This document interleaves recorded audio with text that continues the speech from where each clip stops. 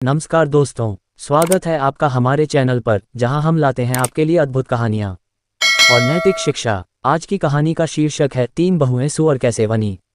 यह एक दिलचस्प कहानी है जो हमें सिखाती है कि कैसे लालच और बुरे व्यवहार का अंजाम बुरा हो सकता है।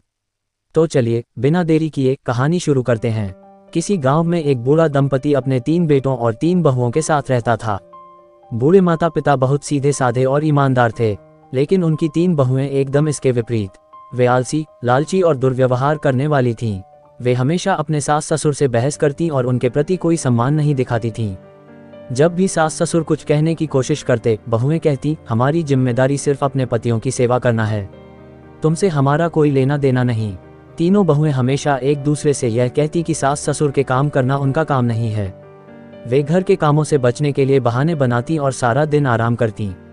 उनके पतियों को ये बात समझ में नहीं आती थी, क्योंकि बहुएं उनके सामने अच्छा व्यवहार करती थीं। सास ससुर को ये देखकर बहुत दुख होता था कि उनके बच्चे और बहुएं उनका सम्मान नहीं कर रहे थे, लेकिन वे चुपचाप सब कुछ सहते रहते थे।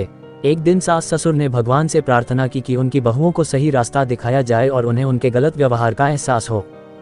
उनकी प्रार्थना सुनकर भगवान प्रकट हुए और बोले, इन बहुओं को सबक सिखाना जरूरी है।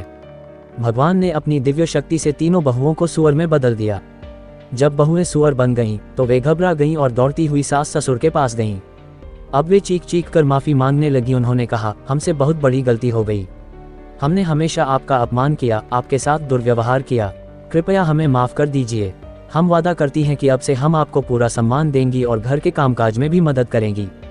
सास ससुर ने उनकी माफ़ी स्वीकार कर ली और भगवान से प्रार्थना की कि वे उन्हें फिर से इंसान बना दें। भगवान ने उनकी प्रार्थना स्वीकार की और तीनों बहुओं को वापस इंसान बना दिया। कहानी से हमें ये सीखने को मिलता है कि बड़ों का सम्मान करना चाहिए और उनके प्रति अच्छा व्यवहार रखना चाहिए। यदि हम दूसरों के प्रति बुरा व्यवहार करते हैं या अपनी जिम्मेदारियों से भागते हैं, तो हमें कभी न कभी उसका परिणाम भुगतना पड़ता है। इसलिए हमें हमेशा विनम्र रहना चाहिए और अपने परिवार के बड़ों का आदर करना चाहिए। यही सच्चा सुख और शांति का मार्ग है। तो दोस्तों, कैसी लगी आपको आज की यह कहानी? अगर आपने कुछ सीखा या ये कहानी आपको पसंद आई हो, तो हमारे चैनल को सब्सक्राइब करना ना भूलें और इस वीडियो को लाइक और शेयर जरूर करें। फिर मिलेंगे एक और नई और मज़ेदार कहानी के साथ। धन्यवाद।